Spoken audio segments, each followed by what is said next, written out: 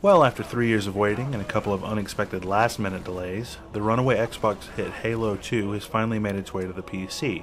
So what can we PC gamers expect after all this time?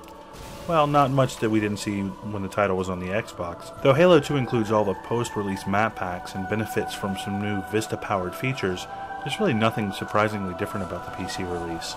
Now, it's true that we lost cooperative play somewhere in the transition, and that was a surprise, but that's about the only difference between the Xbox version and the PC version.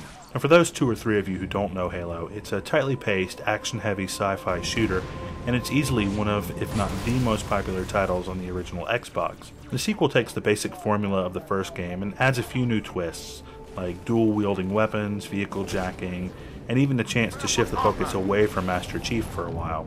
Now, the dual-wield option is nice in that it allows you to mix and match weapon types and to double up on your death-dealing potential. To balance it out, however, you'll be limited to smaller guns and you won't be able to throw grenades while holding 2 weapons at the same time. And that's a nice way to force the player into making the choice based on the fight they're likely to have in front of them. At the very least, it just looks cool to have 2 machine guns blazing away at once. And though the overall arc of the story is interesting, the story itself is really just an excuse for an endless succession of frantic firefights.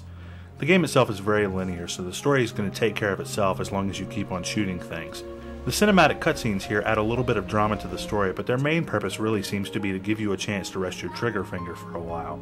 Nevertheless, the overall story here is pretty satisfying, but it ends on a cliffhanger that makes The Empire Strikes Back seem like a satisfying denouement by comparison. The keyboard controls are solid. It takes some getting used to, but eventually you may, like us, come to prefer the mouse and keyboard to the gamepad.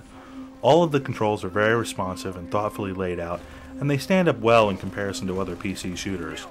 Negotiating your way through firefights with intelligent aliens who know when to hide and when to strike definitely requires an uncomplicated yet handy control scheme.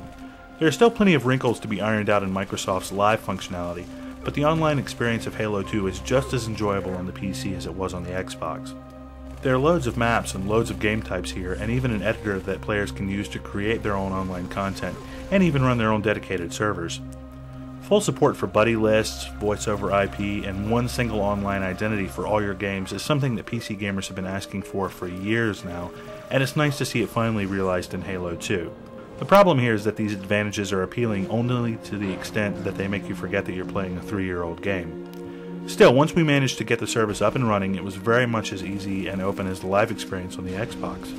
Unfortunately, the auto-aim assist that kicks in when you're using a gamepad creates a bit of an imbalance online when you're playing with people using the mouse and keyboard. Halo 2 was near the forefront of the graphics envelope for the consoles when it was released in 2004, and while the overall art style is held up well, the visuals themselves leave a lot to be desired when compared to other recent PC games. Hired Gun have improved the models and some of the textures, but there are still some muddy textures in nearly every area of the game, and some poor models here and there. Even running at the highest settings on our newest PCs, the game just looks old. Now, if you happen to have a PC that falls anywhere below the recommended requirements for the game, you're really in for a real disappointment in terms of performance. Naturally, Halo 2 has fantastic sound design. The music adds loads of atmosphere and excitement to the game, and the sound effects really help to capture the futuristic, battle-happy experience. Dialogue is also excellent, with plenty of humorous asides thrown out by your allies and your enemies during the battle. As a launch title for their new Games for Windows service, Halo 2 is pretty unimpressive. The editor and live functionality are definitely steps in the right direction, but the fact that this game is so old and is something that we've played before really doesn't make it very appealing to PC gamers, particularly when compared against the games that are currently on shelves that are competing against Halo 2.